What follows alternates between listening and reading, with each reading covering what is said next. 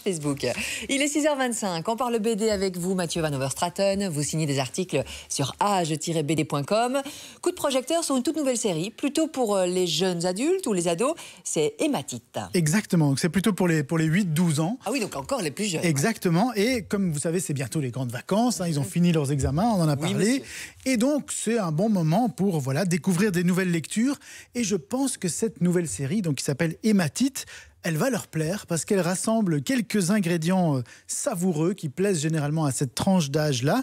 Alors d'une part, c'est une histoire qui se passe dans une école un peu spéciale. Vous savez, ça fait penser un peu à Poudlard. Oui. Mais aussi, c'est une histoire de vampire et ça plaît toujours beaucoup aux jeunes. Et puis, je pense qu'il y a pas mal de jeunes lecteurs et jeunes lectrices surtout qui vont se reconnaître dans Hématite, qui est l'héroïne de cette série. C'est une adolescente romantique et rebelle qui adore la poésie et qui est totalement incomprise par ses parents, forcément, puisque c'est une ado. Oui. Ça sent le vécu. Vous voulez qu'on en parle? On peut laisser la BD de côté si vous voulez en parler pendant quelques minutes. Donc vampire, forcément. Et j'imagine, vous parliez de ses parents, elle est différente. Oui, alors ce qui la fâche beaucoup avec ses parents, c'est que de façon assez étonnante, Hématite, elle est végétarienne. Elle refuse de s'alimenter avec du sang, alors que c'est pourtant évidemment le plat préféré des vampires. Alors forcément, cela horripile ses parents. D'autant plus qu'Hématite, elle fait partie de la famille Blackwood, qui est vraiment une famille illustre de vampires. Et alors, pour ne rien arranger, elle a choisi d'aller non pas à l'école des vampires, mais dans une école mixte, ce qui là aussi énerve très fort ses parents. Et en plus, cerise sur le gâteau, elle est tombée follement amoureuse d'un humain qui s'appelle Émile. Est-ce que c'est pas lui qu'on voit là? Ah, c'est lui qu'on voit là. Ah, il est beau. Et elle lui écrit des poèmes enflammés, mais elle n'ose pas trop lui adresser la parole. Le problème, c'est que ses camarades de classe, ils se moquent d'elle. Et du coup, ça déclenche chez elle des terribles accès de colère, de violence, parce qu'après tout, elle est quand même une vampire. Oui. Mais évidemment, ça risque de faire fuir le pauvre Émile. Et puis il y a d'autres créatures aussi dans la BD, il n'y a pas que des vampires. Oui, c'est ça qui est très sympa Il y en a dans qu'une cette seule histoire. dent devant. C'est que, en fait, dans son école, Hématite, elle côtoie évidemment des vampires, des humains, mais aussi d'autres espèces fantastiques, des ghouls, des loups-garous, des squelettes, des morts-vivants. Donc on est clairement dans un monde magique où créatures fantastiques et humains cohabitent.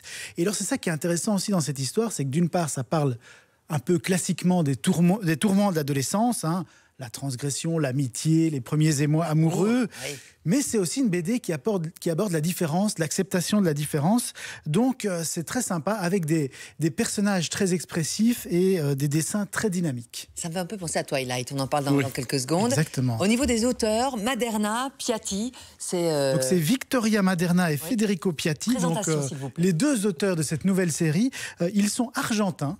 Et alors ce qui est amusant, c'est qu'ils sont en couple dans la vie et ils font vraiment tout en duo. Donc ils réalisent ensemble chaque étape de la création de cette BD, de l'écriture du scénario jusqu'au dessin, jusqu'aux couleurs. Donc ils font vraiment tout à deux. C'est pas un dessinateur et un scénariste, c'est un vrai tandem. Donc je pense que cette histoire, elle va plaire effectivement à tous ceux qui aiment Twilight, à tous ceux qui aiment des bandes dessinées comme Zombilenium ou Mort et déterré, qui sont aussi des BD dans lesquelles il y a un peu du fantastique et en même temps c'est des histoires d'adolescents, etc. Donc je pense que ça va vraiment leur plaire.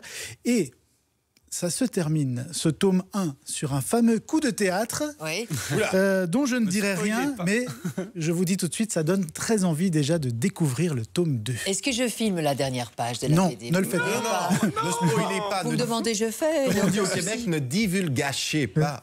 Ça Oh, termine c'est sur joli, une ça. Tombe. Une tombe. Alors regardez le nom de la personne sur la tombe. Voilà, je ne dirai rien.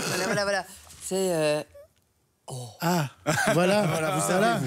Ah, ça c'est bon ça. Oh là là là là. À vous de jouer maintenant. Qui veut remporter Hématite? Et puis dans le package, dans le coffret cadeau, il y aura aussi Suzette. C'est la deuxième BD dont vous allez nous parler. Exactement, Suzette. Mathieu, avec aussi un beau dessin. Et puis ça, c'est plutôt pour les adultes, enfin les jeunes adultes. À vous de jouer. Regardez, toutes les infos sont là. Démarrez votre message par Jouon.